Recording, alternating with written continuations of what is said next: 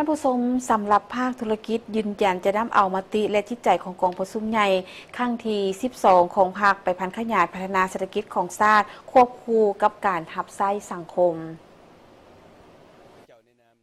สหายเอกพันธ์ภาพิทักษ์ประธานสภาบริหารธนาคารร่วมพัฒนาหรือ JDB แสดงความรู้สึกปิติยินดีและถือว่าเป็นเกียรติอันยิ่งใหญ่ที่ได้รับเชิญเข้าร่วมกองประชุมใหญ่ผู้แทนทั่วประเทศครั้งที่12ของพรรคประชาชนปฏิวัติลาวการเข้าร่วมในกองประชุมครั้งนี้ผู้เข้าร่วมได้รับฟังบทรายงานการเมืองและการสรุปตีราคารวมผลสำเร็จของกองประชุมใหญ่ผู้แทนทั่วประเทศครั้งที่12ของพรรคประชาชนปฏิวัติลาวพร้อมทั้งได้รับฟังแผนพัฒนา5 ปี 2026-2030 ซึ่งถือว่าเป็นผลสำเร็จที่จบงามและเป็นจุดหมายสำคัญในวาระครบรอบ50 ปีสถาปนาสาธารณรัฐประชาธิปไตยประชาชนลาวถือเป็นเกียรติอันยิ่งใหญ่เนาะที่ว่าการนำภาครัฐที่ให้เกียรติเชิญมาร่วมได้ครับฟังและ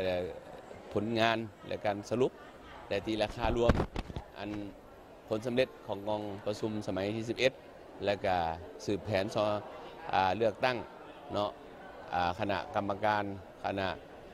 ประธานเลขาธิการสุดใหม่เนาะก็ถือว่าได้เห็นแล้วเนาะก็ถือว่าเป็นผลสำเร็จอันอย่างจบงามเนาะที่ผ่านมาของปี2012แล้วก็เป็นผลงานที่ครบรอบ50 ปีของประเทศเฮาก็เป็นผลงานอย่างใหญ่หลวงคืออย่างได้เห็นนั่นแหละเนาะอันนี้ข้าพเจ้าได้มาวันนี้ก็เป็นความปิติสมซื่นแล้วก็มีความยินดีภาคภูมิใจในฐานะของตั้งหน้าให้แก่ไอ้น้องพนักงานแล้วก็ในนามผู้บริหารแล้วก็นักตั้งหน้าธุรกิจเห็นว่ามีความภูมิใจหลายสหายเอกพันธ์ภาพิทักษ์ได้แสดงความปิติดีใจและความภาคภูมิใจต่างหน้าอ้ายน้องพนักงานและภาคธุรกิจที่ได้เห็นทิศทางการสืบต่อพัฒนาเศรษฐกิจสังคมรวมทางแผนพัฒนาในระยะต่อไปที่สะท้อนให้เห็นว่าในอีก10 ปีข้างหน้าประเทศลาวจะสามารถหลุดพ้นจากความทุกข์ยากและก้าวสู่ประเทศที่มีการพัฒนาด้านเทคโนโลยีอย่างก้าวหน้าในนามตัวแทนของภาคธุรกิจได้ยืนยันจุดยืนในการนำเอาแนวคิดและจิตใจของกองประชุมใหญ่ผู้แทนทั่วประเทศครั้งที่12ของพรรคประชาชนปฏิวัติลาวไปสมไส้ผ่านขยายและมีส่วนร่วมพัฒนาเศรษฐกิจของชาติควบคู่กับการหับไส้สังคมข้าพเจ้าก็ยังเห็นบทรายงาน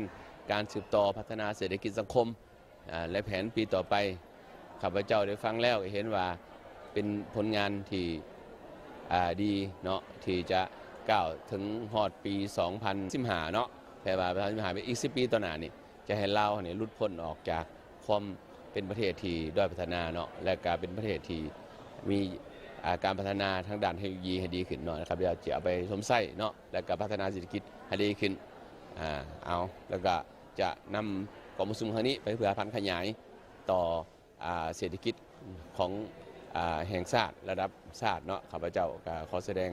ความภูมิใจมายังหน้าที่กองประชุมหน้าที่นี้แล้วก็ขอขอบใจสื่อมวลชนแล้วก็ขอบใจการนำภาครัฐที่ให้โอกาสข้าพเจ้าในหัววันนี้แสดงขอบใจกับขอขอบใจ